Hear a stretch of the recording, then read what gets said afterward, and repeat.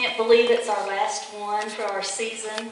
And, you know, I get so used to seeing you on Tuesday and Thursday nights that I kind of have to go into rehab like the 1st of January.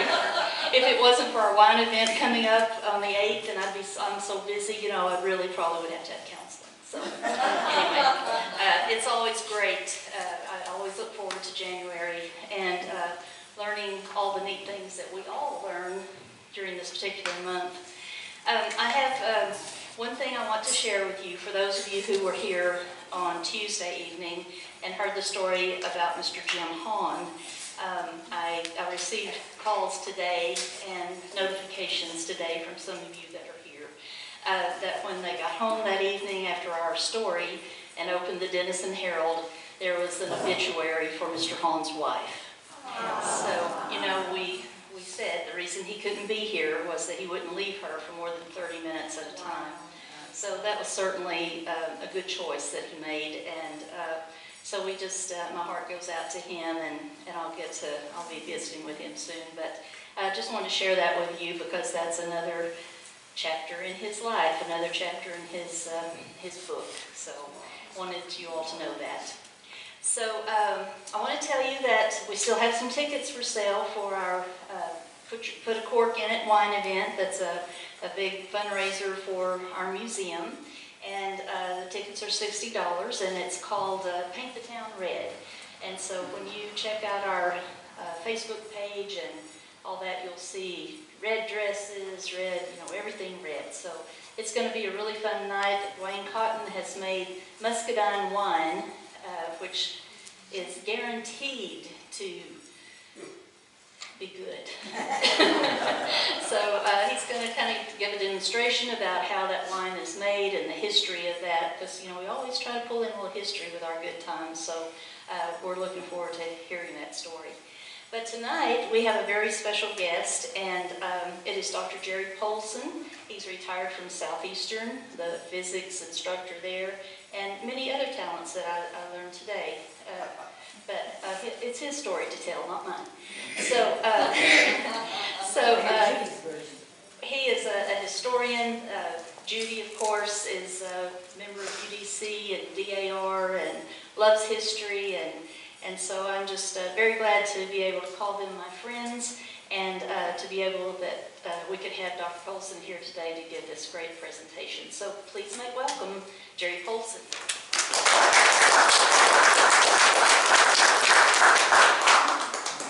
Well, thank you, Nancy. I think all of y'all know how talented this lady is. We've heard other venues, incredibly talented. But I'm going to probably do the best part of the show right now. It's kind of funny in a way, but not so funny. But I've got two stories, actually. I'll start with the one that happened yesterday. We were going out to a Bible study that I teach. And so Judy had stopped off to visit, they were having a visitation for someone who passed away. And so I'm sitting in the car, you know, looking down, reading my phone, and I hear this beating on the side of the car, and I look around, and there's a little car behind it. I guess they ran in the back of our car, you know. And so, I guess it's whatever, you know, they kind of backed off, and so I heard it pounding again on the car, and I thought, what on earth is that? So I get out and walk around, and this car is way back there like that. And then I look around the side of the car on the passenger side, and there's this lady dead. Oh my God, that lady's hurt. And I know there was Judy. And she was beating on the car to get my attention. Anyway, so I'm a real alert type of guy. You can tell that I'm on top of everything. And then another thing that's kind of interesting, even really, that's kind of sad funny, I know. This is really funny. But as many of you may or may not know, I've been in computers since 1964. I'm a real computer nerd, and I fixed people's computers, and the Department of Computer Science was in my department at one time. And so I come in this afternoon, and Nancy said, come in, we'll get you started early. I said, okay. And so I said, here it is, all I got to do is turn on the stuff there. So she turns on all the stuff down there. And so I'm sitting there, I put my little thumb drive in there that's got the presentation, and I'd already loaded another program on it in case, because I had looked on their computer before and didn't see any presentation software. And so I'm sitting there figuring on this, and I needed to get back to the house and do some stuff. And I finally had to go back there, and Nancy was in her office, and I said, Nancy, I said, is there a problem starting that computer? She said, well, I don't think so. I said, okay. Well, could you help me maybe? Yeah, sure enough. And so she comes. I said, well, just sit down and see what you can do. So she sits down, and all of a sudden the computer comes on. And I said, what on earth did you do? She said, I turned the switch on. So I guess I'm definitely losing it here. I don't know, man. Somebody may have to help me get in the car, you know. I don't know. So, it's been one of those kind of deals. But anyway, that's a true story, and that really is a true story. I'm a nerd. I'm one of those dumb nerds, apparently. Anyway, so whatever. But this is a very interesting story. I know I was talking to Dr. Schleicher a minute ago. He said, this is my third time seeing this. What are you doing here? There's a basketball game going on, right? Yeah.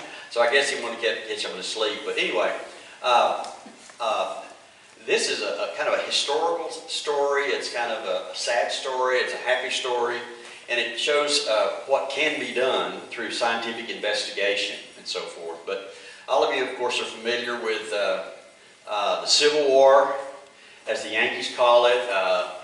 Rebels call it the War of Northern Aggression, right? And there are other names for it, the war between the states and so forth. But at any rate, at the beginning, which started around 1861, whenever the South bombarded Fort Sumter in Charleston Harbor, and probably some of you have been there, you've been to that. It's quite an exhibit there. But it's my understanding that President Lincoln, as soon as it looked like that many of the southern states had actually withdrawn from the Union, contacted what he thought was his top general to lead the Union Army. And most of you know who that was. Robert E. Lee, that's right. And Lee probably would have done it, except his home state, Virginia, had seceded also. And at that time, people were more, I think, state-oriented than perhaps federal-oriented, and so he declined. But, yes, okay, thank you. But anyway, so Winfield Scott was the overall commander at that time. He was quite elderly. He led the forces, I believe, in the Mexican War, which Robert E. Lee, U.S. Grant were also participants. Many of the participants in the Civil War were also involved in the Mexican War.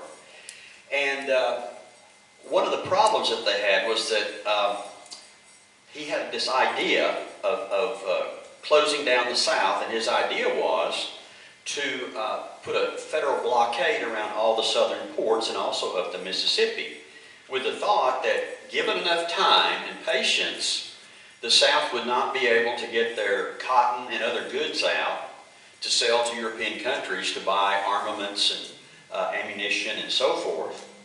And it was called the anaconda plan, like the anaconda snake that squeezes life out of its victims, if you will. And actually it was a good plan. As historians say, it was actually an excellent plan, but it would take time to do it, and it would have minimal loss of life. And as so often is the case, a lot of the younger generals, particularly McClellan and others in the Federal Army, didn't like it because they wanted to get going. And they literally, McClellan even thought he could raise an army and head straight for Richmond, Virginia, which was the capital of the Confederacy, and capture the president and the whole cabinet right there just in one fell swoop and end the war. And practically everyone, both North and South, I think, thought that it was going to be a pretty quick, it could very well be a very quick war. And so they rejected Winfield Scott's idea, because it would just take too long, and young guys want to get out and fight and get things going, And so they rejected the idea, but they did implement the plan to put a blockade around the South, both in the Atlantic Ocean, the Gulf of Mexico, and up the Mississippi River. So that was implemented. It took a lot of ships to do it, but basically any ship that came out of port, a southern port, would be captured, the cargo confiscated, or sunk if they refused to surrender. And of course, blockade runners became very popular in the South. Those that were maybe fast enough, ships that could get away from the Federal fleet before they could catch them, or they'd do it under cover of darkness. Now remember, this is when steamships had come online, and basically most of them were wood. However, we see in the Civil War, one of the great inventions was an ironclad ship. And so it was an interesting situation that developed. Well, one thing that the rebels wanted to do, they wanted to break the blockade. And you take New Orleans, you take Mobile, you take Charleston, and other southern ports. They needed to get that cargo out of cotton and so forth so that they could sell it and, as I said, purchase war implements and things that they needed. And so one idea came along is, why don't we build something that could go under the water and they can't see? A submarine. And be able to go up to the Union ships and blow them up one by one. And so the idea of a submarine was born. Now, it had been around for a long time. Back in the 1600s, a Belgian scientist thought of the idea of building a submarine, and he basically took what would be a rowboat, wood, covered it in leather, waterproofed it all, and actually was able to stay submerged for a while. Of course, it carried enough air that obviously that they weren't asphyxiated before they came to the surface, but it was pretty well forgotten. And so basically the only navies in the world were surface navies. And then something else happened. Would you hit the slide thing for us? This is a picture of the Federal blockade that Winfield Scott proposed. Yeah, that'd be great if you turn the lights on back there. That'd be super. Okay, that would help brighten it up a little bit.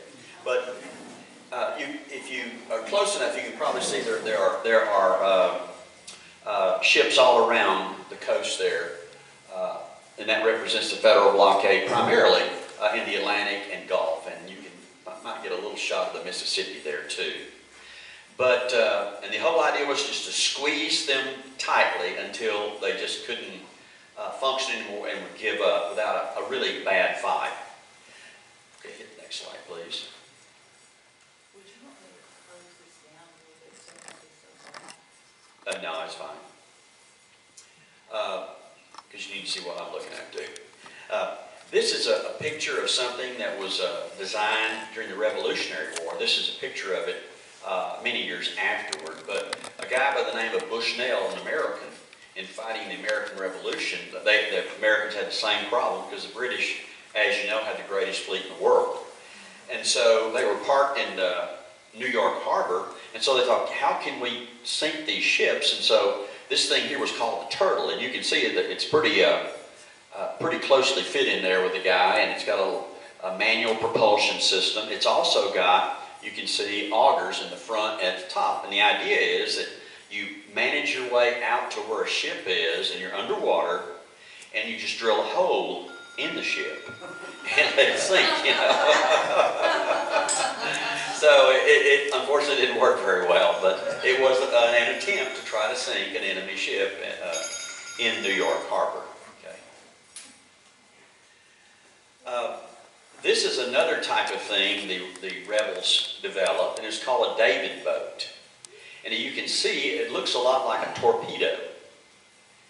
See, it's kind of pointed at both ends. It was made primarily of wood. Now, parts of it in the front and rear and probably along the perimeter of it were made of iron. They were ironclad. And it also had a steam engine. Can you see the little steam platform there? You can see the house there, I'm pretty sure. And on those lights, I couldn't find my laser pointer, but see the house right there? And you see right there is a stove, looks like a stovepipe going up. That's where the smoke and steam came out of the steam engine. And so what would happen, obviously it was a small steam engine, but it would get up a head of steam, and at the opposite end, the end to the right, there was a long stick or metal thing called a spar. Now on this spar, they put explosives on it, like a barrel of gunpowder, for example. And they call those things torpedoes. Now, we wouldn't call that a torpedo today. Torpedoes today, we know, are self-propelled and so forth. But they call these torpedoes. They would put these in harbors, and they would be tethered perhaps to the bottom of the harbor. And a ship coming in, if it bumped it, it would explode. Some of them had lanyards on them where if someone was watching, say, a Union boat coming up a river, and once it got close to where the torpedo was anchored, they'd pull the lanyard, and it would explode and blow them up like that. But it still wasn't very efficient. But these David boats were pretty efficient because they could move pretty quickly. They rode very low in the water. They were not submersibles, but they rode very low in the water. And of course, they would best operate in the day, but during the day, you could either hear them or see them coming, and so they weren't too efficient. Now, at night, they were more efficient, but at night also they had to deal with the darkness, and it was hard for them to see their targets. But these were used in Charleston Harbor and in other places, and as I said, they were called David boats. The idea was you would ram the spar into the underside of the ship, which is normally wood. Even an ironclad often had wood underneath it.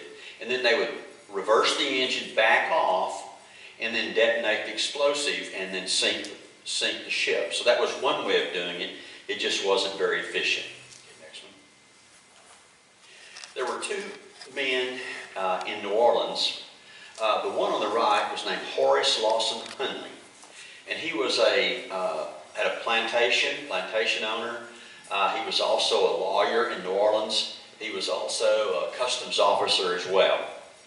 And he ran across this man named James McClintock on the left, and he was an engineer. And so they put their heads together and started thinking, how could we make a submersible craft, a submarine, if you will, that could approach stealthily under the water or very near the surface maybe, and perhaps dive under the ship and have a torpedo attached to a long tether behind it, and then come up on the other side of the ship, away from the ship, and the torpedo would clang against the bottom of the ship and blow it up. And so they put their heads together and tried to figure out how to build a submarine. Their first effort, they built in New Orleans, and they tested it in the Mississippi River, and then they had it towed into Lake Pontchartrain.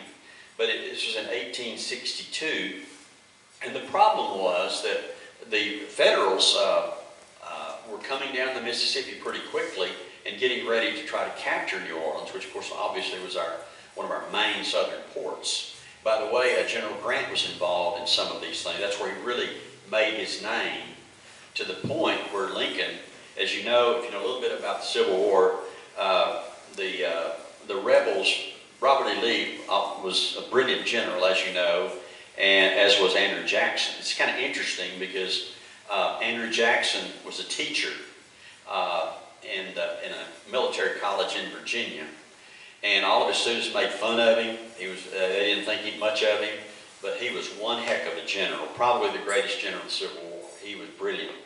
But anyway, he was, as Robert E. Lee said, he was my right-hand man, and when Jackson was killed, that was one thing that Robert E. Lee said, I feel like I lost my right arm. But anyway, Lee was a brilliant general, and all the generals from the North, Lincoln would appoint them, and he got so frustrated with them because the North had far more people, they had far more materials, they had steel mills everywhere, they were much more industrialized than the South, which, as you know, was more agrarian in structure. And so he would get a general, and they would go and fight one or two battles, and they'd get scared of Lee and run back across the lines. And Lincoln would get so frustrated, he'd fire and bring somebody else in. And just a little sidelight story, Grant, in the meantime, was building his name in the West. He was even made fun of by some of his own men when he first started out. But they learned pretty quickly Grant would fight. And history tells us he had an alcohol problem. But he had another guy that was crazy, and his name was William Tecumseh Sherman. Sherman would fight. And so I'm kind of getting ahead of this story, but as you go along and follow their careers, they won. One of the major battles was Shiloh, and that will reappear again here in this story. But at Shiloh, the Federals were pretty well whipped, and the rebels thought they had pretty well shut them down at Shiloh. And that was one of the bloodiest battles. And when the articles came out about it, everybody in the North was horrified. They never realized the carnage of modern war. And of course, the South too, a lot of people died. And as you know, that was the most costly war for American lives in our history. But anyway, Lincoln eventually promoted Grant to be commander-in-chief of all the forces. And they said, and his other generals said, why do you point that drunkard to head all of our forces? And his answer was, he'll fight. He doesn't mind fighting. And in other words, he used his advantage, which is manpower and materiel. And his sidekick, of course, Sherman, was a fighter as well. But anyway, that's a side story. These two guys built this submarine called the Pioneer in New Orleans. They tested it. It looked promising, but the Yankees were closing in on New Orleans, and so they scuttled it. Interestingly enough, right when the war started, the Yankees began, and I use that term loosely, but the North or Federals began building their own submarine. They never got it going, really. But when they got to New Orleans, they had heard about the scuttling of the Pioneer, and they raised it. Well, McClintock and Hundley moved their operation to Mobile, Alabama.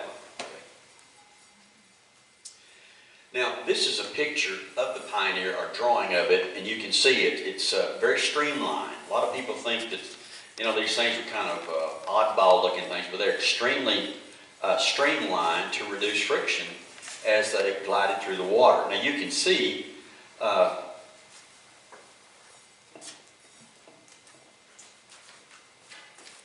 this part right here, and that part there is interesting because it's Bobby, great. Thank you so much. Yeah, great. That's a good laser pointer there. Anybody goes to sleep, you know how that works in church. All right. That's a crank. It was hand powered. And so it interfaced here with a differential and went here to a screw or propeller back here. Notice that it's shrouded there, and there, right there is the rudder, and it's controlled like that. Okay? This one was scuttled. The Yankees got a hold of it, didn't do much with it. Next slide. All right, this is a reproduction of the Pioneer. This is actually in the Hundley Museum. When we went to see the Hundley, it wasn't a museum at that time.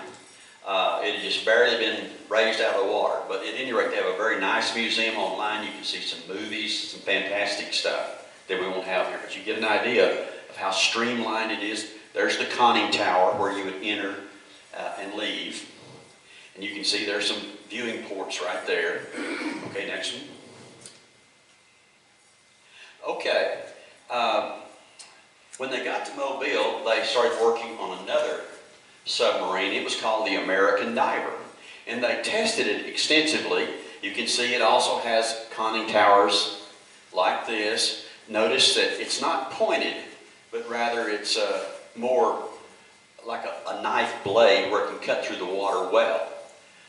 You can see it's how you got a man here. There'll be people here providing the propulsion right there by cranking, kind of like bicycle wheels, if you will.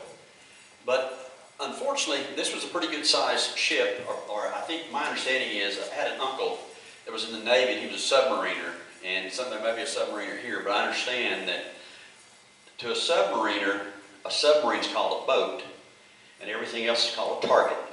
Now you think about that, okay? And my understanding is one of the greatest movies ever made of submariners was called Das Boot. It is German for boat. I haven't seen it yet, but anyway, I've heard that anyway. But anyway, they took it out to the entrance to Mobile Bay, and since these things rode so low in the water, it was easy for them to swamp, and so apparently it got swamped and sank. And so what do? Well, you start over again. So McClintock and Hundley, along with another gentleman, decided we can do this. Let's just try this again. And so they had someone else working on it, and he was an Army officer with the Confederate Army, and so they began redesigning it, convinced they could make it work. Okay. So their next model was called the Hundley, named in honor of Hundley. Now, why? Hundley had all the money, right? What do you call AT&T Stadium? Jerry World, right? Jerry had a lot of money. Of course, he built the people of Arlington too, but anyway, it's called Jerry World. Well, this is called the Hundley, because Hundley was in fact a wealthy man. But you can see its design, and you have the same, notice the curvature there, it looks like almost like a modern signature of a bow, doesn't it? All right, back here at the back, you see a shroud right there. Inside that shroud is the propeller or screw. Okay, over here is the rudder. Notice it's riveted together. Now, one of the folks that allegedly worked on this drew a picture of this decades after it sank, and he had forgotten a lot of stuff. And he had made the remark that it was put together with old boilerplate parts. But when this thing was pulled up from the sea, that was completely false. These are all custom-made cast iron plates. They're riveted, and all the rivets are countersunk, obviously, to cut down friction with water. So it's a brilliant, brilliant move there. You see the conning tower, the fore conning tower, the aft conning tower here. And if you see that little triangular looking thing, that's called a cutwater. And what that does is kind of break the water apart as you go through it and cuts down the water resistance that the conning towers would cause. Also, they're glass ports made of thick glass, so you could look out. And here at the front, the same thing's true here. And this is the interesting thing, because this is a snorkel. And it was over 4 feet tall, so they could get within 4 feet of the surface, and there were bellows and so forth inside here where they could pump fresh air into the submarine, which is another brilliant idea. Down here is the keel, and the interesting thing about the keel is that you could put weights on it that were screwed on from the inside. So suppose your boat had actually sunk to the bottom, hopefully not too deep, but to the bottom, and you needed an emergency to get to the surface. All you had to do was unscrew those bolts, and these weights would drop off, and it would just immediately pop to the surface, even if the ballast tanks had water in them. So it's quite interesting how that would work. So this is a beautiful picture of the Hundley. Now basically, let's go to the next slide. This is a cutaway, and you can kind of see how everything works. Here is the pilot of the boat, or the skipper, whatever you want to call it, and he's looking through the portholes. Okay, in this case, the snorkel is up to bring in air. The bellows and so forth are right in here. Notice this thing he's got. Here's the tiller. This is through a mechanical process, can cause it to turn using the rudder here. And also you see 7 men here. Now, it was interesting because McClintock and Hundley thought a long time about different propulsion systems. They thought about a steam engine like the David boats. But they knew if they had a steam engine, they were going to have to be above this, something's got to be above the surface to let this all this smoke and steam out the top, so it'd be easy to spot them. They thought about some sort of electromagnetic drive because, as you know, batteries had been invented, crude electric motors had been invented, and so it might be possible to have a battery situation here with electric motor to drive the propeller or screw. And they decided that might be a little bit too complicated and set back the project. And so they went back to hand power. And you see the guys powering right here. So we've got several bicyclists in here. You guys are perfect for that. Except you use your hands instead of your legs. But anyway, they had a bench in here and they sat there. And these are articulated at different angles so that they increased the propulsion as they went through. It was capable of running about 4 nautical miles per hour at full speed. Okay? Now another thing is, how do you get this thing under the water? Well, in a submarine you have to let in water, right? They call it ballast water. And so they had 2 places in the back, back here, aft, and fore, I guess, up here. And so they had what are called seacocks that the pilot of the boat would unscrew and open up, and this gentleman here would unscrew and open up so that the ballast tanks could be flooded with water. Now, interesting thing is that when you start flooding this with water, where's all this air going to go?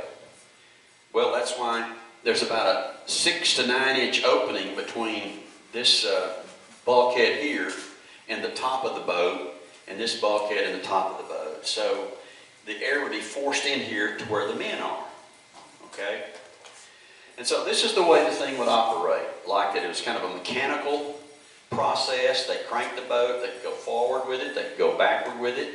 The only limitation, obviously, is how long the men could keep pushing the push rod here, if you will, or the crank to keep it going. And so they completed this project, and as I said, their original plan was to tie a long rope on the back of this thing and drag a torpedo behind it about 100 or 200 feet. And it would approach an enemy ship, dive under it, and then come out way on the other side, and the torpedo would bang into the side of the ship and blow it up. Well, they proceeded to experiment in Mobile Bay and blew up a large coal barge. Well, some of you heard of General P.T. Beauregard. He was a fairly successful Confederate general, one of the better ones, not the great one, but one of the better ones. He got word about what they did, and they were just all blown away. And they said, ship it to Charleston immediately. So they put it on flat cars and put the crew on flat cars along with McClintock and Hunley, and here they went to Charleston Harbor. A few days later, they got to Charleston. They unloaded this thing, and they were ready to start trials. Okay, next slide. Okay, this is a picture of a reproduction of the Hunley right there.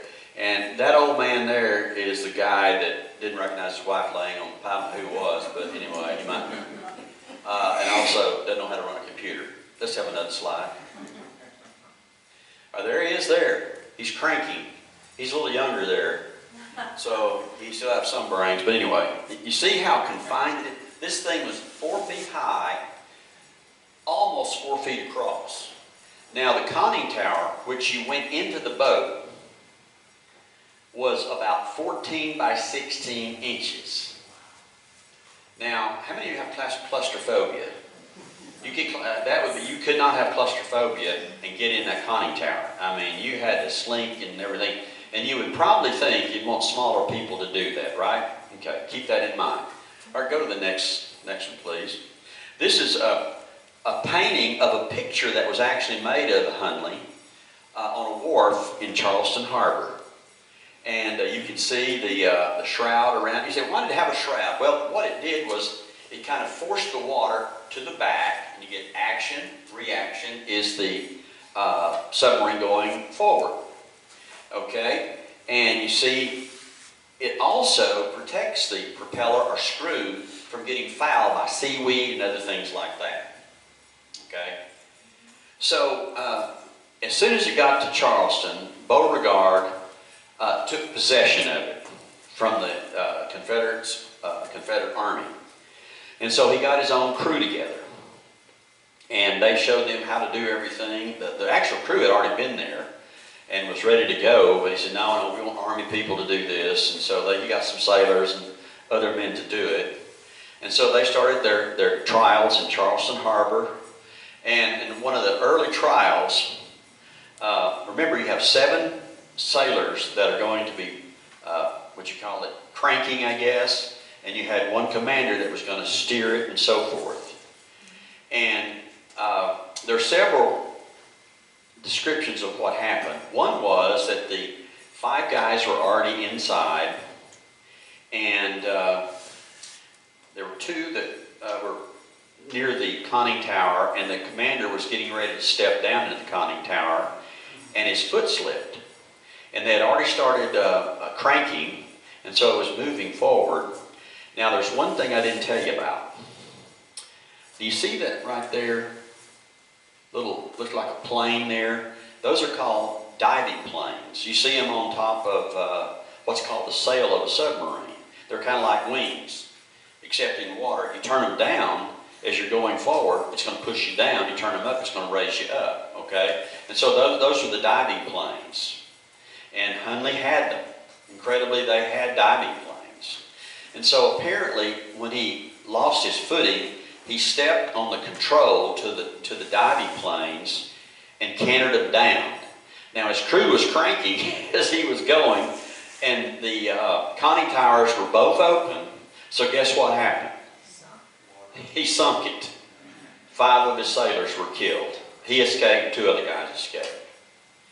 Okay, first sinking of Hundley. Well, back then it's hard to believe, but yes, they could dive under the sea, and they went under it. It probably wasn't any deeper than 40 or 50 feet, and they raised it to the surface again. Would you go to the next one, please? And there's where the first tragedy occurred, right there, I believe it is. Let me see. Yeah, I think that is the first sinking right there. Or maybe the second, that might be the first sinking right there. But that was one story of how it sunk the first time. Another story was that they were swamped when a steamboat went by and had a pretty good sized wake, and it swamped the boat because the conning towers were open. This thing was watertight, keep in mind. Well, so they get together, another crew, and Hundley says, I will be the captain, okay? We're not having this stupid stuff. I'm going to take over. And so he did exercises, showed how you could dive under a ship, come up on the other side, and everybody was very impressed. Beauregard was extremely impressed. But unfortunately, they had another accident. And in this case, the submarine itself got flooded. And all died. All 8 of them died, including Hundley. And they raised it again, and they did talk about, whenever they cleaned it out, that the men were in all sorts of weird, contorted shapes, which showed that they knew they were drowning and were fighting to try to get out the conning towers and just simply couldn't do it. Well, Beauregard was really exasperated at this point. And he said, if we're going to use this machine, we're not going to dive under ships. We're going to stay on the surface and attack them kind of like a David boat. We'll be slightly under the surface, but not all the way under the surface. And we're going to take this rope off the back. And a problem they were having with the rope and dragging the torpedo was that sometimes it would foul the propeller and mess up. So he said, we're going to put a spar on the front of it and put a torpedo on the front of it and just ram it just like a David boat would, and then back off and then pull the rope or lanyard and detonate the explosive charge. And then and of course, when you stuck the spar in there and backed off, the explosive charge would stick to because it had the pointed end on it, it would stick to the ship, so they could back off and get away from it and then detonate it from a safe distance. They thought they were probably at least 100 to 200 feet away from the ship. So keep that in mind. So they refitted the Hundley with a long spar. Sometimes you'll see a picture of a spar on the bottom, about 16 to 20 feet long, and a small one on top to add support, where you can tie ropes to it to help support the lower spar, because you got 100 pounds of gunpowder or more on the end of that longer spar. Okay, next one. Well, it came across on a fateful night. They felt comfortable enough. They'd gotten a new crew together. It's interesting because the crew they got together involved a young man by the name of George Dixon, and he was an officer in the Confederate Army, and he was very interested in this submarine concept. And he was even in Mobile. He got to know some of the people that were there, and became very interested in it. He and Hundley got along, McClintock got along, and so he asked General Beauregard if he could recruit another crew. And of course, you go up to a sailor and say, you want to be on a submarine? Yeah, I want to do that. Well, I want you, it's sunk twice. It's already killed 13 men.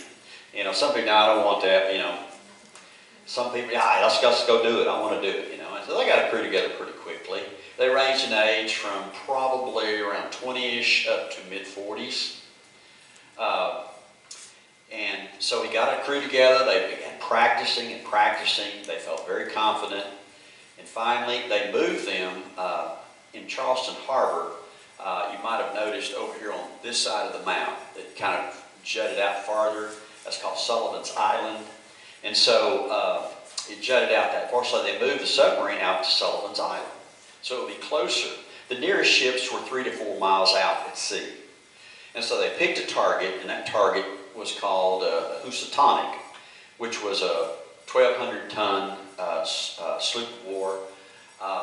It wasn't ironclad, but it had, I think, 30-something cannons on it. The Hunley itself weighed about between 7 and 8 tons. So it was a pretty big thing, and made of cast iron and pretty well waterproof. And so on this fateful night, they began loading up. This would be the front of the Hunley. You see the spar coming out like that. And this would be aft over here. And so those that are in this part of the submarine would probably go in the fore conning tower, and these would go in the aft conning tower. So they're loading up on Sullivan's Island. Next one. Okay, this is kind of an artist's conception of them heading out to sea. Now remember, they're pushing this crankshaft, chugging along, probably 2 to 3 knots. Probably not full speed, but they want to conserve their energy. Because remember, there's only a limited supply of oxygen. They did a test in Charleston Harbor and found out that they could stay on the bottom for about 2 hours and not consume all their oxygen, because that was a problem. Now, how did they do this? How did they? Well, they had a candle in there. The candle was kind of like the canary in a coal mine, right? And so when the candle started flickering, you knew you're about to run out of oxygen. They also had about 10 ports on the top where light could come through if you were close to the surface. But that's all the lighting they had. And inside a submarine with all the lights out and everything under the water, it's pretty dark.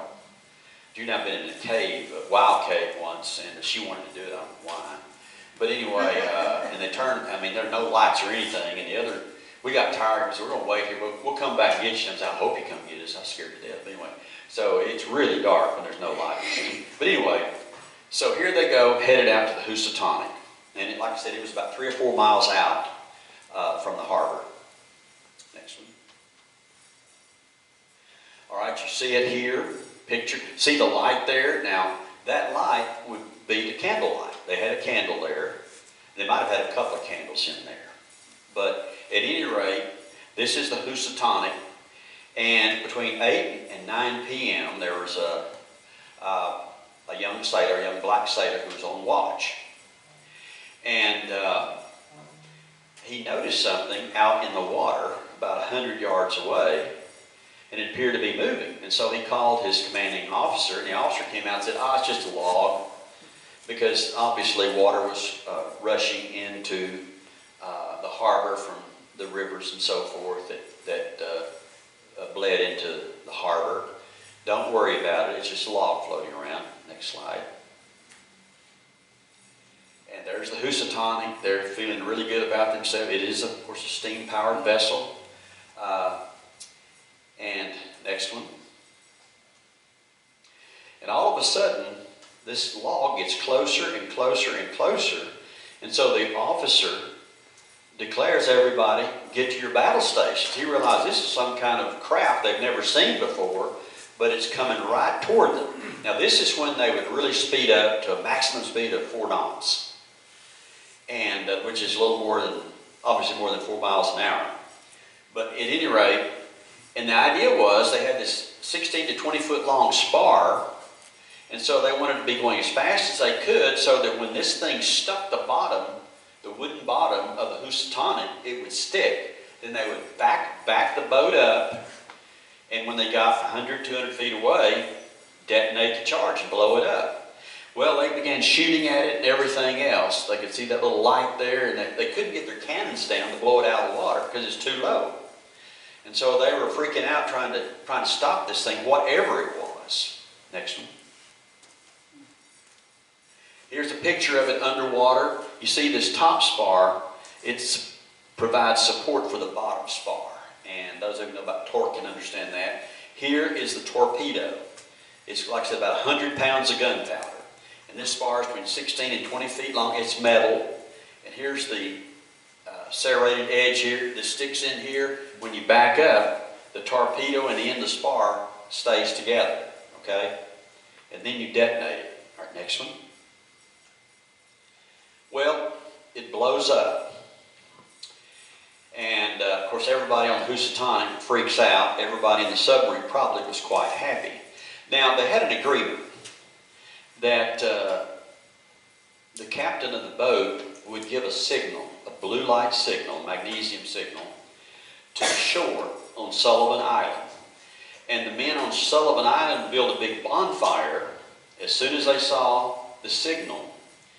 And that would be a guide or a beacon to guide the submarine back to land, okay? All right? People on Sullivan Island saw the signal, the blue light. People on the Housatonic saw the signal. That meant mission was accomplished. And so the people on the land were excited. They got the fire going. They were waiting to celebrate. The people on the Housatonic were scared to death because their ship was sinking. It sunk within 5 minutes. And I think there was only 5 people actually killed when it sunk. Now, 2 of the lifeboats were lowered and they were able to get in the water. Many of them, the water was fairly shallow. I think it was less than 30 feet maybe. But, you know, the ships had these long masts. Even though they were steam powered, they also had sail capabilities. And so many of the men climbed into the mast of the ship just to stay out of the water. And as soon as they heard the explosion, the surrounding blockade ships started coming over to the Housatonic. They knew something was going on. And that's critical. They came over starting to see what had happened. Could they rescue people, which they did everything that they possibly could do. All right, next slide. There's the Housatonic. It began listing immediately, and like I said, it sank very, very quickly. Next one. And there she is, lying on the bottom. No one knew what happened. It never returned. The sailors were gone. The submarines were gone. It was all gone. And no one knew what happened to the Hunley. It just disappeared from history. And there were a lot of efforts trying to find it right after the explosion, after it sunk the Housatonic by both the south and later by the north. But they could not locate it. Next slide. Okay, we'll stop here for just a second. Now, as I said, this thing occurred, as we saw on the date, in 1864. Well, the guy that salvaged it the previous 2 times that it sunk tried to do it again, and he couldn't find it. They simply could not find it. Even after the war, the Federals tried to find it. They could not find it. And I'm sure the naval officers knew they'd witnessed something that had never happened before on Earth. They'd witnessed a submersible craft sinking a surface ship. Never happened before. And so they looked and looked. Everybody remembers P.T. Barnum, right? He offered a $100,000 reward to anybody that could find the Hunley. That's a lot of money back in the 1800s. It's a lot of money to me now, actually, but anyway. But no one could find it. And so periodically people would look and search for it, and they just simply didn't have any luck. And then in 1970, an underwater scientist, I believe he worked for the state of South Carolina in marine archaeology, claimed to have found it and marked it on a map. And again in 1970, that was 1970, 75, he claimed to have done it again, filed documents to that effect. But it was pretty well still forgotten and lost. Well, does anybody here read Clyde Cussler novels? Clyde Cussler? He writes a lot of novels about the sea. He's a nautical guy, and he's very wealthy, and he likes to find old wrecks. And so he got on the case, and in 1995, some men that were working for him, and the government as well, what Cussler had done, he had them mark every iron wreck in and around Charleston Harbor. And his goal was to look at every single wreck and identify it. And of course they found old chains, old anchors, and some wreckage. They even found the wreckage of the Housatonic. But in 1995, one of his divers thought he found something in it, but he thought, I don't think that's it. And they said, well, let's just go back and see for sure which ship it is or what it is. And so they dug through many, many feet of sand and silt to follow up on their lead. And they found a conning tower. And they thought, wow, this may be it. And so they have a vacuum they can use to suck this stuff up. And they sucked up more and more. They found a conning tower. They found a cutwater. They found the spar. They said, we found Hunley. And so, as always, when somebody finds something, there's a big court battle, so who ends up getting it, right? And I'm sure Cussler wanted it, but I think he ended up, and everybody agreed it should go to the state of South Carolina. And the federal government, of course, it belonged technically to the federal government because they won the war, right? But anyway, they went ahead and they said, you know, we're going to help pay to get this thing out. But they let the state of South Carolina possess it if they were able to get it out. And so they worked and worked and worked. And this occurred, this was in 95 to around 2000. In 2000, they got enough money together and they got this huge crane and they got a huge barge and they went out into just outside of Charleston Harbor and laid this thing, looks almost like a drilling rig, doesn't it? Laid it down and it sat on piers on the bottom and they started moving sand and silt away from it. It was kind of leaning on its starboard side, which I understand is the right-hand side. And so they let it continue to lean like that. Excuse me. And then they built some scaffolding and a cradle to encase this thing in to raise it up because they didn't know what kind of shape the hull was in. They thought if we just get a couple of ropes on it, pull it up, it might crack right half in two because that was just cast iron. It could have rusted through. And so they built an extensive cradle for this thing, next slide, and began raising it.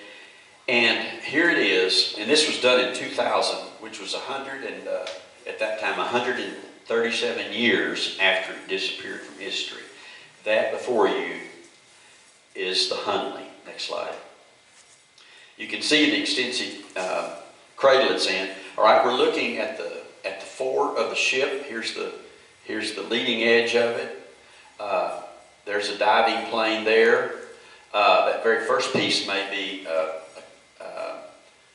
just a fin that kind of shades the diving plane to protect it and reduce resistance. But that's it. You can see back this way a conning tower. They raised it. Next slide.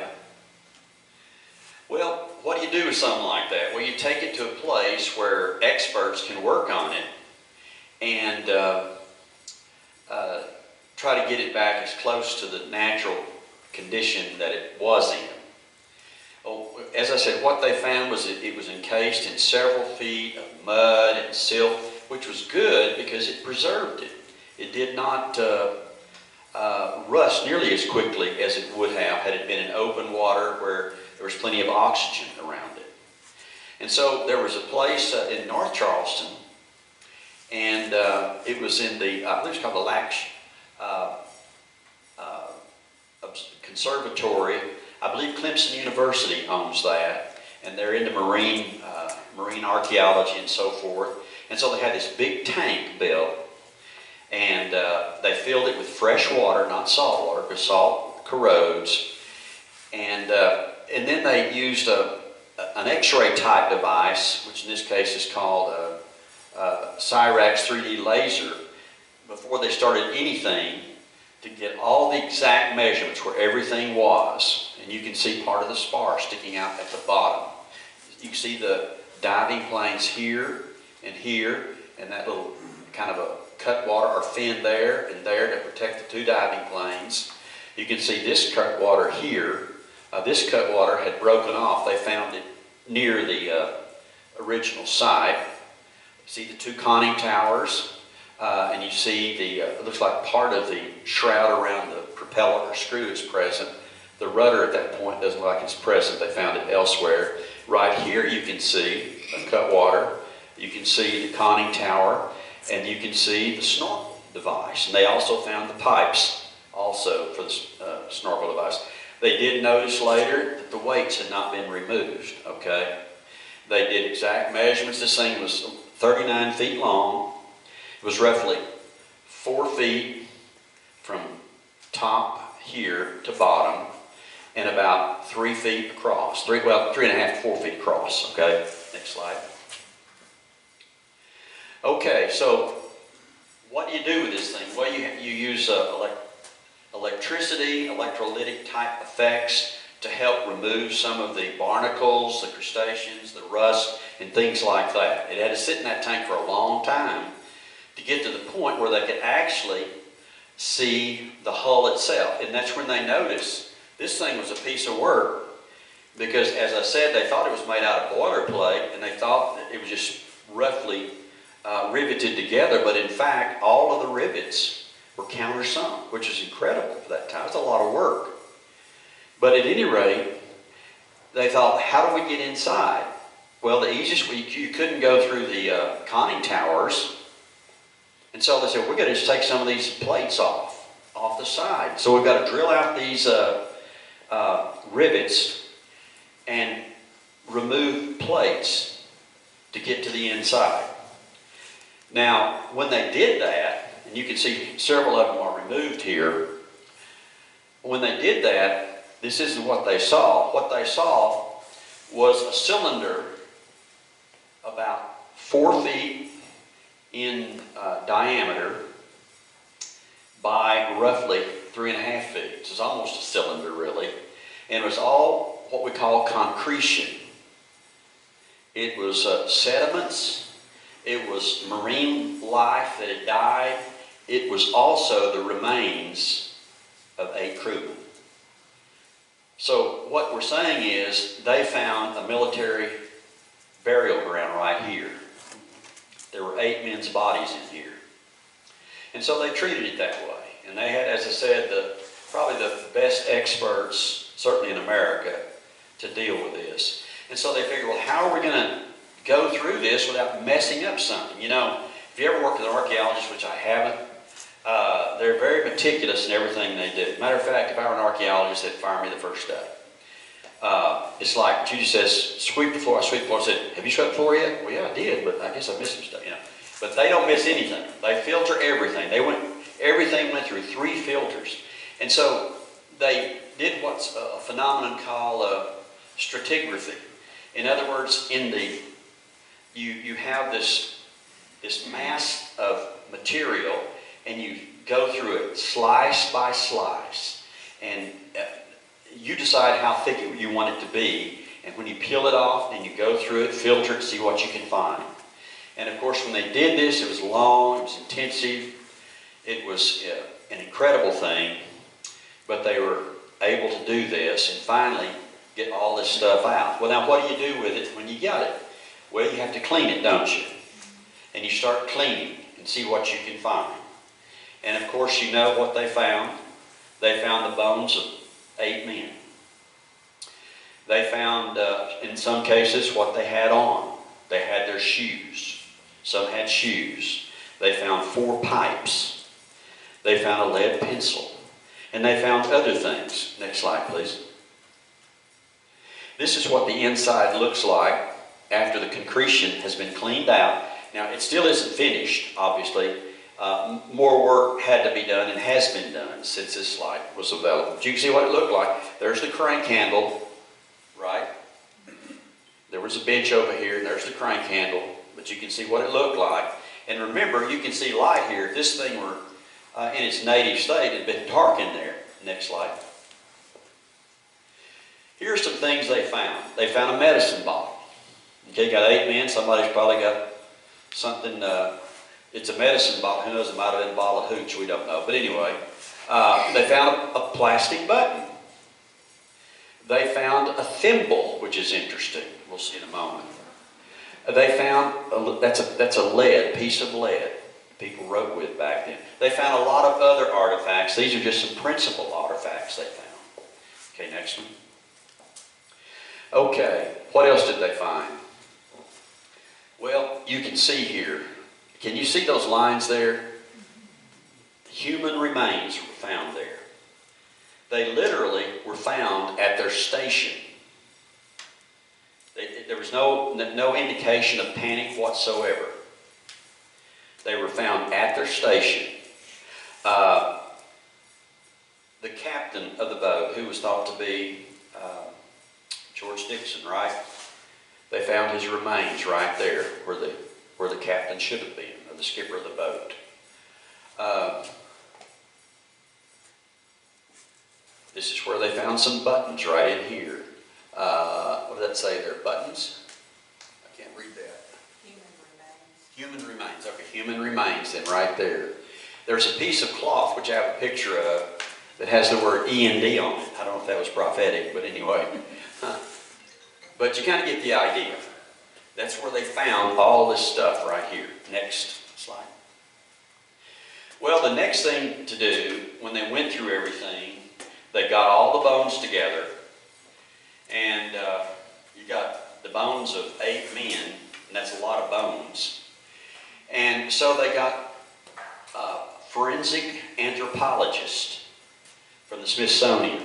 You know, they can take bones and put them together.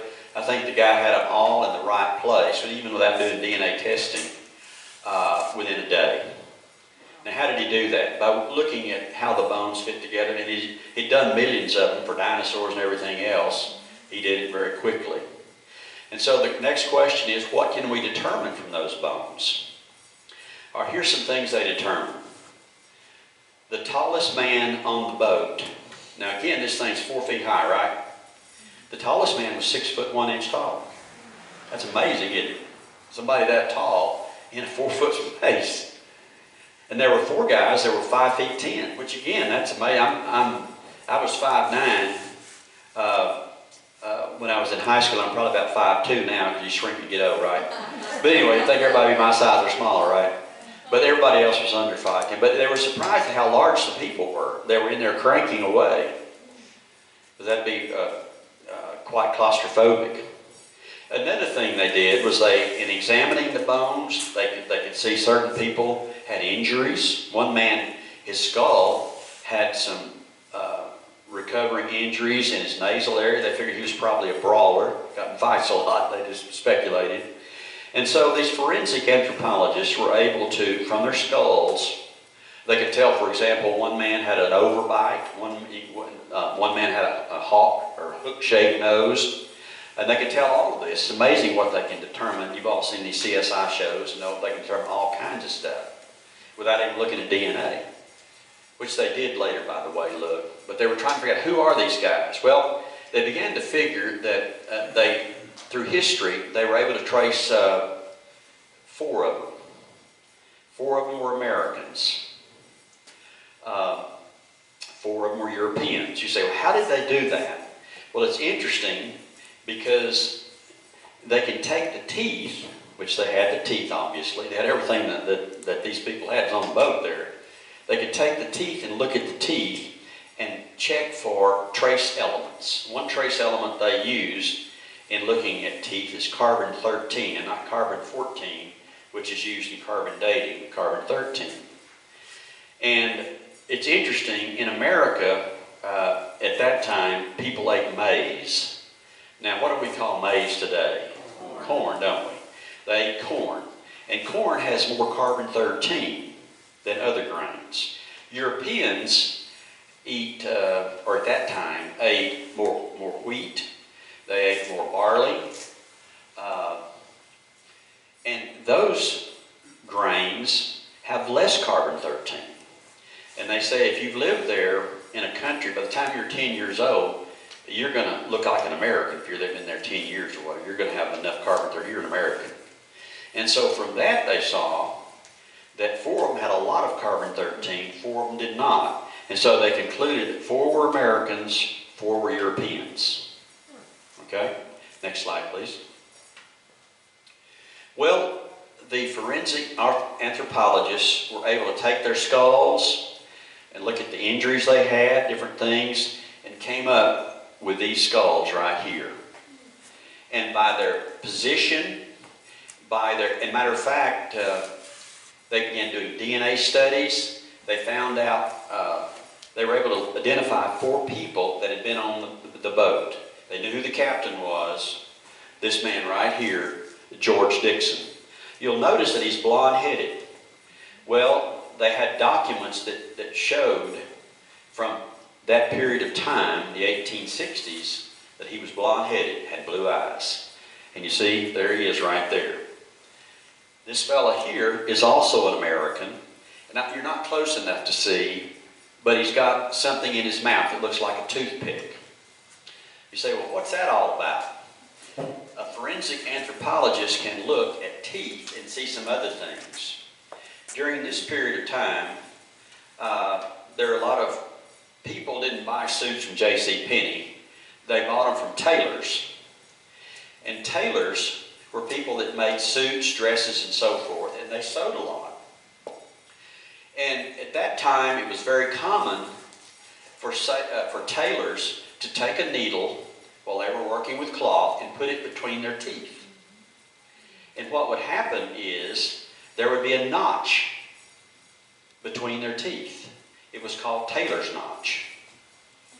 And every tailor that had worked a fairly long period of time, a few years in that business, would have a tailor's notch in their teeth. Other people that used needles were sailors, because it was common to have to repair sails. What did they use? They used a needle and thread to do that. So sailors oftentimes had tailor's notches. This gentleman here had a tailor's notch in his top and bottom teeth. Well, one of these Europeans, interestingly enough, had a tailor's notch, but it was between teeth. It wasn't up and down. But they noticed that he had an overbite, like that. And so he was probably incapable of holding a needle between two of his front teeth, and so he stuck it between his upper, I don't know, was it upper teeth or lower teeth, and so adjacent teeth had a tailor's notch. Isn't that amazing they could determine that? So these 4 guys were European. These guys here were all Americans. It's fascinating that 2 of them had been in America, 2 of the Europeans had been in America longer than the other 2. They again determined that from diet. But this is an idea of what we think they look like. Next slide. This is a young lady whose name was, what's her name? Let's see. Queen. Yeah, Queen. Queen what? Bennett. Queen Bennett. She was a sweetheart of George Dixon. And this was prior to 1862. And so the war had apparently started, and she wanted to give him a keepsake. They were sweethearts, the story goes, and this has been pretty well documented by family records and so forth. And it was kind of a keepsake. And she gave him a $20 gold piece. Well, there was a legend associated with that, and the legend was this, that George Dixon had put the gold piece in his left pocket as a keepsake, as a good luck charm, if you will, as he went to battle. He was in the Battle of Shiloh. If you know anything about that battle, that was, at that time, I think it was the bloodiest battle in the history of the Civil War. Thousands upon thousands. Anybody visited that field? Jude and I've been there. There's a place called the Hornet's Nest where it said the people just said the bullets were flying so close to us it sounded like a bunch of hornets going by. But at any rate, he was hit in the left leg, actually the left thigh. Now normally in the Civil War, if a bullet or shrapnel cut an artery, you bled out. They didn't have medics on call to give you blood. They didn't know anything about giving blood. Actually, they bleed people out to get stuff out of them, right? but it hit at the point on his thigh where, had that coin not been there, he would have been killed. Well, it so happens that the legend says that the coin was bent, and he always referred to it as his lucky gold piece, okay? Well, as the anthropologist and nautical archaeologists worked through the debris, one of the female scientists, when they were taking the concretion out of the conning tower, which were supposed to be the remains of George Dixon, as it was coming out, she felt a rough edge in the concretion. She started feeling of it, and it was circular. She knew the legend, but nobody knew if it was true or not. And lo and behold, it was that $20 gold piece. Next slide. And of course, it created tremendous excitement there at the Lash Lab in Charleston. And the gold piece was bent.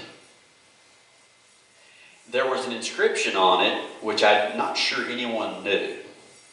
And it said, Shiloh, April 6, 1862, my life preserver, G.E.D., George Edward Dixon. And that was amazing. The legend was true. All of us have legends in our families. We've been trying to pursue down one for a long time and haven't solved it yet. Probably you have too, but the legend was in fact true. The gold piece, interestingly enough, hit him, you say, how do you know it hit him on the left side? And it was on the left side, the bullet. Well, the forensic guy that was looking at the bones noticed that he had a minor injury on his femur, on his left leg. And they think that probably the bullet that should have torn his femoral artery in two and killed him hit the gold piece, and actually it slowed down enough when it hit the femur, it didn't break it. They actually tested for lead and found lead on the gold piece and exactly the same type of lead particles on his femur bone. Isn't that incredible? Wow. It's amazing what they can do. My life preserver. So, Queen's gold piece saved his life at that point, but not this time. Next slide. Another thing they found near George's resting place was a beautiful watch. The time is set at 8:43. Now, they have no way of knowing, is that 8:43 p.m. or a.m.? Because they said this kind of watch, if it were inundated with water, would have stopped immediately. But there's some question whether water got in the submarine at that time or not, and that's important. So that's just an interesting sidelight. They also found a diamond brooch there near George Dixon. So what they concluded was George came from a wealthy family, a very wealthy family, as did one of the other sailors, by the way. But he was obviously a wealthy young man, or his family was. Next slide.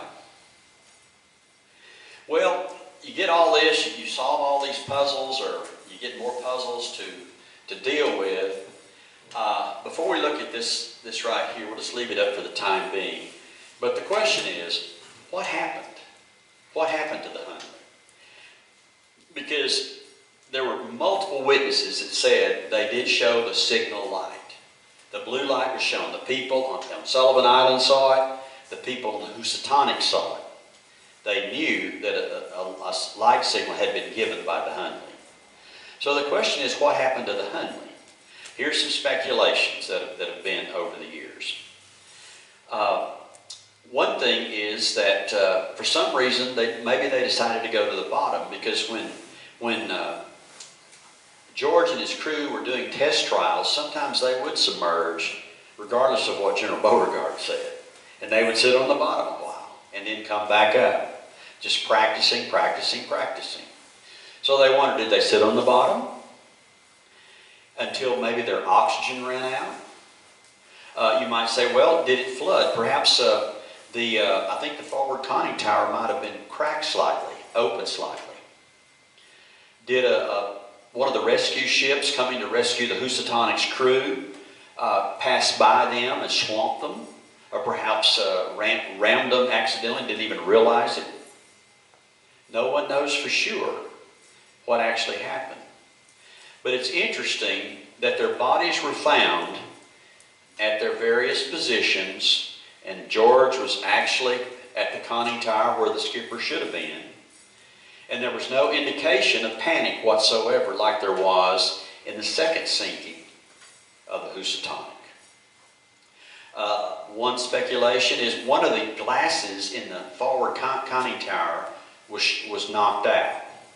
And some have speculated, well, maybe one of the sailors on the Housatonic that was shooting shot right through that conning tower window and broke it out, and had it done so where Dixon was, there should be a bullet in his brain somewhere.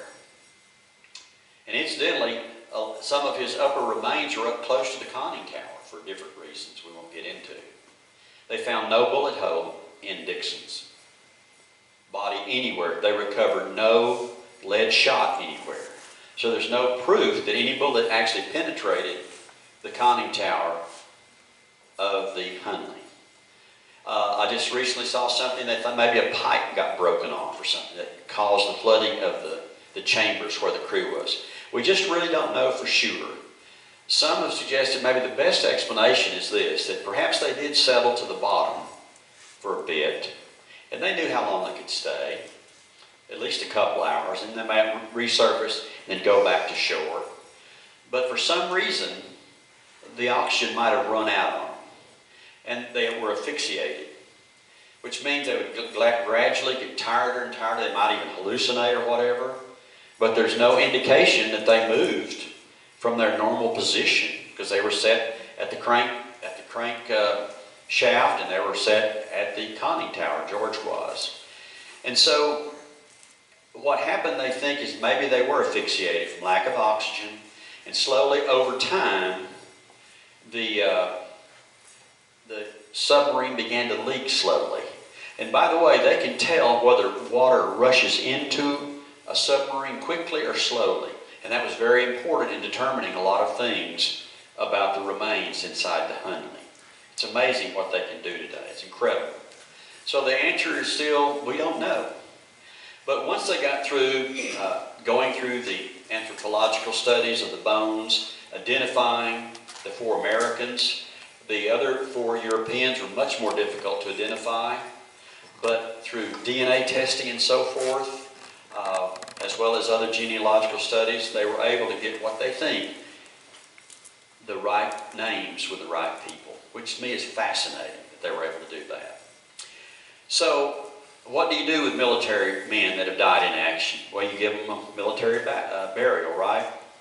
And so in this case, the military is the Confederate States of America. And as some of you may have been people that do these reenactments, right? You know, they have them out here quite frequently at Fort Washita.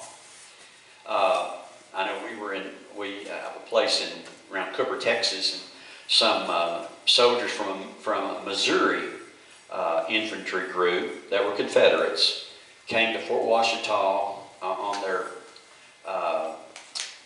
what do they call that thing in the spring where they all come? You know what I'm talking about? What? Rendezvous. Yeah, that's it. And they came from there over to Lake Creek, Texas, which is 3 miles from a place we have down there. And they didn't know who it was. It was one of Judy's kinfolk's husbands. And they had a formal ceremony honoring him as a Confederate veteran and placing some sort of memorabilia there. It's just a fascinating thing. I've never been into reenactments, but anyway, so they had a funeral. There were thousands of people showed up in period dresses, uniforms. I don't know how many Confederate soldiers showed up for this, but this is a true story. I don't know if you can see, but I'm wearing a shirt that says Hunley. I got this over when we went and saw the Hunley years ago. And we're coming back from Austin, Texas, and there's a little place called Salado, and we saw they were having an art exhibit out on the lawn. And so we pulled in there, Judy and I pulled in there and started going through it. And I had on my Hundley shirt. And so I'm looking at this different stuff there, and I like to look at it, I don't like to buy it, but I like to look. And this guy's over there, kind of sharp dressed, and he's got a hat on. He said, "I've been there." I said, "What?" He said, "The Hundley. I've been there." I said, "Really?" He said, "Yep." He said, "I helped bury him." I said, "You're kidding." And I was familiar with this. This, by the way, is the harbor front of Charleston. What do they call this area? I can't remember.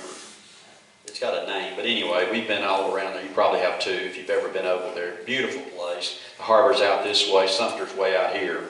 But you can see that each, what? The battery. The battery, that's exactly what it is, the battery. If you get up close, you can see these white sheets. Those are coffins. There are 8 coffins for each man. And they buried them in a Civil War cemetery, which is there at Charleston. Well, this guy said, "Yeah, I was there when I helped bury them." I said, "Really?" He said, "Yeah, I'm a Yankee." I said, "Oh, are you?" He said, "Yeah, I live in Dallas now, but I do reenactments for the 6th New York Infantry." I said, "Really?" He said, "Yeah, I have a buddy that's a rebel, and we're good friends, but he said, I've always worn blue at reenactments." And he said, "I got something you got to do." He said, "My friend called me." He said, "What's that?" He said, "You're not going to like it, but you got to do it." He said, "What is it?" He said, "We're going to bury the remains of the Hundley crew." And of course, he was familiar with it. He said, "I'm buying a rebel uniform. I'll be at Charleston." He said, "It's the only time in my life I ever wore a rebel uniform, but I had to honor those soldiers." Because most of them were, in fact, soldiers. They weren't sailors. But I had to honor those guys. He said that was so moving to see all of they had a band, everything. Apparently it was quite an event, and he was very touched by it. And that's just funny how you just happen on somebody that says, "Oh yeah." So he was part of this rebel corps that was escorting these caissons that are carrying the remains of the Hundley. Next slide. This is kind of what the Hundley might look like today. You can see it's completely out of the water. They're working through it. Eventually they'll get it even more restored. They have a museum. As a matter of fact, it's the most visited museum in Charleston. And of course the Charlestonians are very glad that they were able to keep it at this museum. They have a lot of artifacts. If you Google Hundley, you'll get the Hundley Museum. There's some videos. There was something I think on History Channel once. But there's a lot of different things. You can see a lot more artifacts that we didn't cover. But you can see here, this is the fore or front of the boat. You can see the diving planes here, and the cutwater here, the cutwater there, the conning tower, forward conning tower, aft conning tower. You can see they've got some of the plates removed. And the idea is just to kind of get it in condition where it can be exhibited, which it can be now. This is when it was still in the water pit, obviously, but they've drained the water. Next slide. You see it from the back side. Again, you see the conning towers. Interestingly enough, you see the shroud that would normally go around the propeller or screw and other things. But they also have the spar. Matter of fact, an interesting thing about the spar, the very end of the spar still has part of the torpedo. Now, what does that mean? The scholars think that when the Hundley drove the spar into the side of the Housatonic and they started backing up, they were only like 20 to 30 feet away before they detonated it instead of 100 or 200 feet away. Now, this has led to speculation that when you got 100 pounds of explosive going off 100 feet from you underwater, there's going to be a tremendous concussion wave emanating from that explosion. And they speculate that perhaps they were knocked out at that time. Many of them just got, just knocked out by the explosion itself. They weren't damaged as far as being blown apart, but they hit their head on the side or any number of things and got knocked out. And perhaps because of that, they might have been knocked out, had concussions. Some of them possibly could have been killed. But at any rate, that's why they were down there so low and basically were asphyxiated because they didn't get to the surface. And that's just speculation, of course. And you can read other things on that too.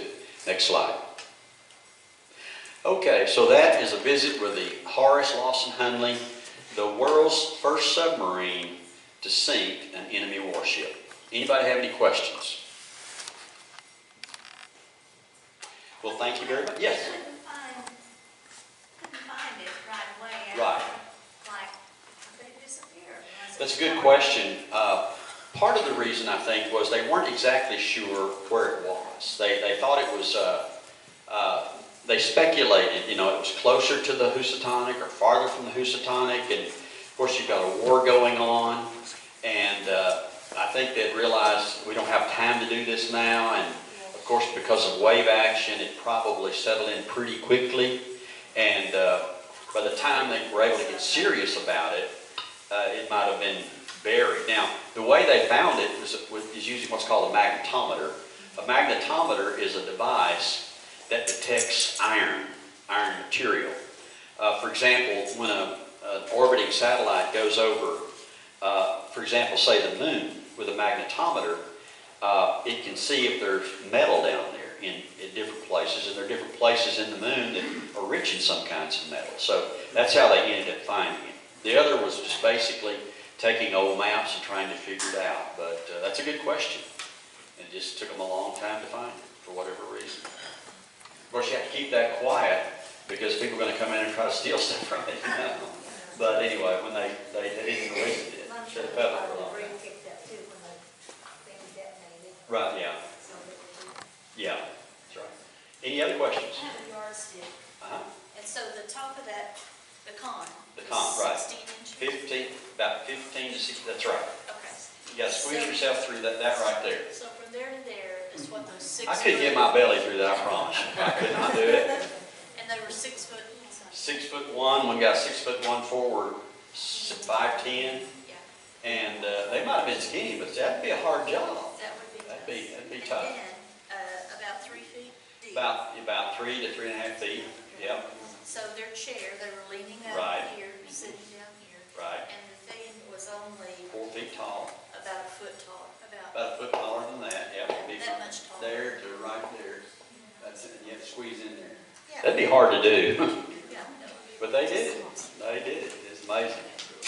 Dr. Polson, Yes, you sir. said at the end there, and maybe I missed it, that how did they determine they were only about 20 or 30 feet away when it exploded? Oh, because the spar itself is only 20 feet long. And so the fact that when it blew up, that part of the torpedo was still on the end of the spar, that means that they were probably just the distance of the spar away from the explosion, which that's a speculation, of course, but that leads them to think that the concussion of the explosion might have knocked them all out, and they might have sank to the bottom and just stayed there and were asphyxiated. Again, it's speculation. There's been a lot of ideas, you know, how they died, and no one knows for sure. Great question. Any other questions? Thank y'all very much.